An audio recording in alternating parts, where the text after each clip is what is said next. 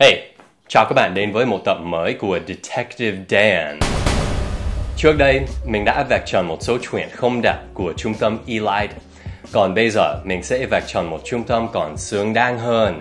Đó chính là Langmaster Learning System. Langmaster Learning System. The Langmaster Learning System. Yeah, Langmaster Learning System. Nếu bạn chưa biết đến Langmaster, thì nó là một hệ thống trung tâm Anh ngữ tại Hà Nội với 10 cơ sở ở khắp thành phố. Và họ có một đội ngũ marketing rất hùng hậu. Với cả, họ là một trung tâm chuyên đi đào. Họ đã đào từ BBC Learning English, The International University of Japan, AJ Hogue và nhiều nguồn khác nữa.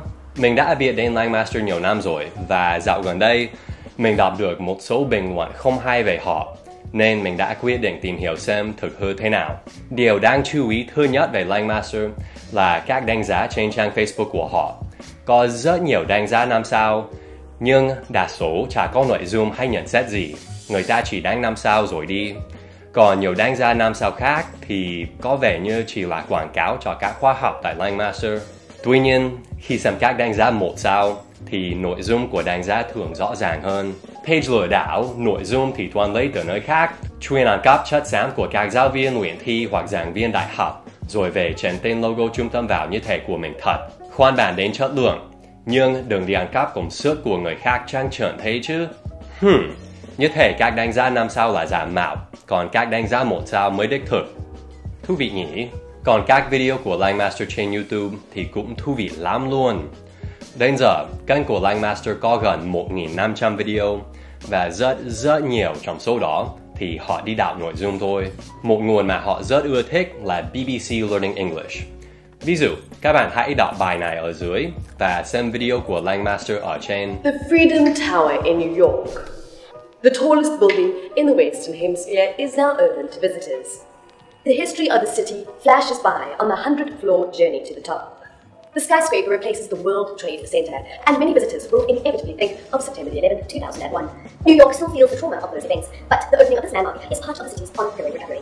Còn bài này nữa, Langmaster cũng copy từng tờ một. Do you want your phone to stand out from the crowd? Well, here's a device that looks cool and is truly green. And that's because some of it is made out of grass. Its case and internal components are made entirely from recycled organic material. It's hoped in the future that this sustainable phone can be mass-produced, helping to reduce the number of mobiles that don't get recycled. Mình đã tìm được 18 video họ đào từ BBC và đương nhiên họ không chịu trích nguồn đâu. Và mình cũng đã tìm được 3 video nữa mà họ đào từ trường đại học quốc tế Nhật Bản. Ví dụ, ở đây cậu ấy sẽ đọc lời khai giảng của một khóa học ở đó. Hello, welcome to Oscars classes. Khoan đã, Oxals là gì cơ?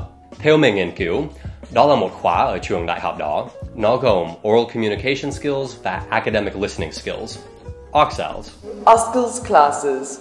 As you can see, we come from different countries and different cultural backgrounds. So, here at IUJ. Ôi giời ơi, họ còn dùng tên của trường đại học luôn. Here at IUJ. Here at IUJ. Here at IUJ. Đi đạo thì cũng phải đi đạo một cách thông thái chứ. IUJ. Vừa rồi chỉ là một số ví dụ về việc đạo văn của Langmaster.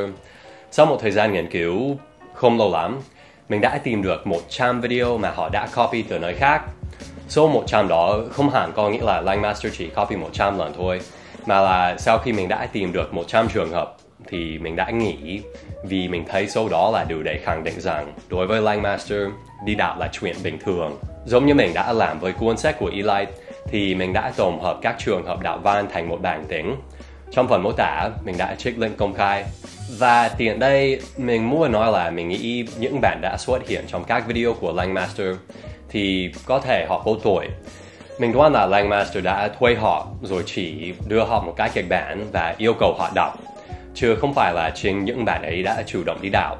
Nhưng mình vẫn thấy họ thiếu trách nhiệm và thiếu óc phán đoán nếu họ đã không nghi ngờ gì về nguồn của nội dung trong các video đó. Đặc biệt là câu này, cô ấy đã xuất hiện trong hàng trăm video của Langmaster, nhiều khi nội dung bốc mùi đạo văn rất nặng. Liệu cô ấy có nghĩ rằng chính các nhân viên của Langmaster đã tự viết ra hết không? Hay là cô ấy chỉ không quan tâm?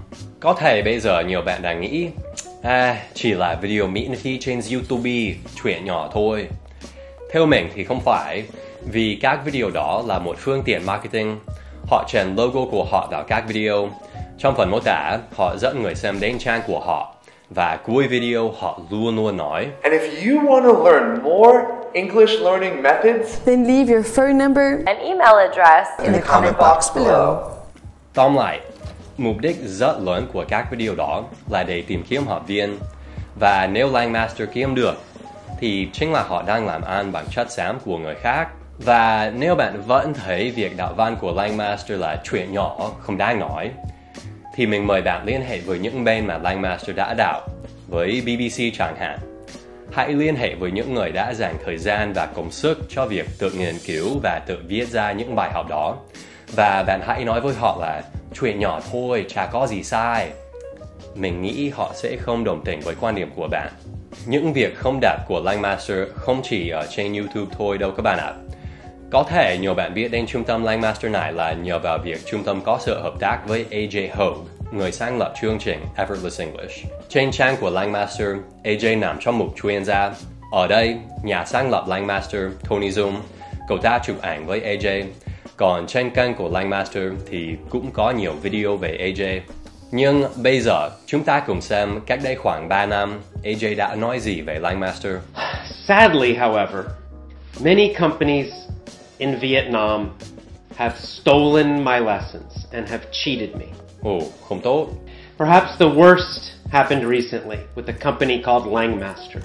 Công ty nào hả AJ? The company called Langmaster. Một lần nữa. Langmaster. Ồ, ok, nói tiếp đi.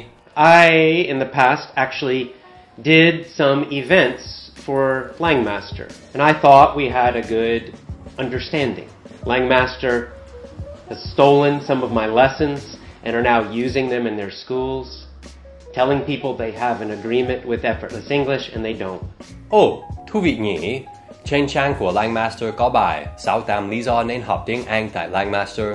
Và lý do thứ nhất là tổ chức đào tạo độc quyền phương pháp Effortless English tại Việt Nam. And Langmaster, they're lying, they're cheating me. Độc quyền, They're lying, they're cheating me. độc quyền. They're lying, they're cheating me. Nếu lời kể của AJ đúng là sự thật, thì hành động của Langmaster không phải chỉ là đạo văn mà còn là ăn cắp. Và không phải một mình AJ. Trong mục chuyên gia của Langmaster cũng có ông Paul Gruber này, người sáng lập chương trình Pronunciation Workshop. Nhưng cách đây 6 tháng, ông Paul đã đưa ra thông điệp sau. And to tell you that I am officially and exclusively working with PASL in Vietnam. Ông ấy đang làm độc quyền với một trung tâm khác, mà Langmaster còn dùng tên ông ấy để khẳng định rằng họ là tổ chức đào tạo có đội ngũ chuyên gia cố vấn về phương pháp hàng đầu thế giới. Còn ở đây thì hãy đến với Langmaster, bạn được gặp trực tiếp, được đào tạo tiếng Anh và tư duy trực tiếp bởi AJ Hogue, Mr. Vass, Paul Gruber, Jack Canfield. Họ đang nói dối trắng trợn. Ok, kết luận là sao? Mình không thể đánh giá về bản chất của Langmaster. Mình không biết các giáo viên của họ như thế nào. Mình cũng không biết các khóa học của họ như thế nào. Có thể họ đã giúp nhiều người Việt học tiếng Anh. Nhưng việc đạo văn và đặc biệt là việc dùng tên và bài học của người khác ngoài sự đồng ý của họ tuyệt đối không phù hợp với một trung tâm nghiêm túc và chuyên nghiệp. Cho nên, theo mình, chuyện này sẽ giống như một bài kiểm tra cho Langmaster. Nếu họ là một trung tâm nghiêm túc, thì họ sẽ đứng ra nhận tội một cách thật sự minh bạch. Họ sẽ gỡ xuống tất cả các video mà họ đã đạo, hoặc ít nhất là trích nguồn. Và họ sẽ ngưng dùng tên và tài sản trí tuệ của AJ Hogue và Paul Gruber. Tóm lại, họ sẽ sửa sai. Còn nếu họ không làm những điều đó, nếu họ giữ im lặng hoặc là chỉ trích cá nhân mình, thì các bạn sẽ biết họ là tổ chức giáo dục kiểu gì. Và bây giờ mình còn một lời cuối cùng. Các bạn đã biết mình không phải thể loại YouTuber hay nói nếu bạn đã thích video này thì hãy nhớ like, share và subscribe. Mình không thích như thế. Nhưng đây là một trường hợp ngoại lệ. Nếu bạn là một người quan tâm đến công lý, nếu bạn là một người mong muốn Việt Nam có một môi trường học tiếng Anh trong sạch và chuyên nghiệp, thì hãy chia sẻ video này Hoặc không nhất thiết là bạn chia sẻ trên video của mình đâu, bạn cũng có thể chia sẻ video của AJ chẳng hạn. Bằng một cách nào đó, thì bạn hãy chia sẻ sự thật về những hành động bất chuyên nghiệp của Langmaster, để họ không thể chỉ giữ im lặng, không sửa sai và không chịu hậu quả gì. And that's it. Thanks for watching. Còn một điều nữa, mình đã nghiên cứu nội dung của video này với sự hợp tác của kênh My First Step. Bạn ấy cũng vừa mới thực hiện một video nói về Langmaster. Mình mời các bạn xem ở đây.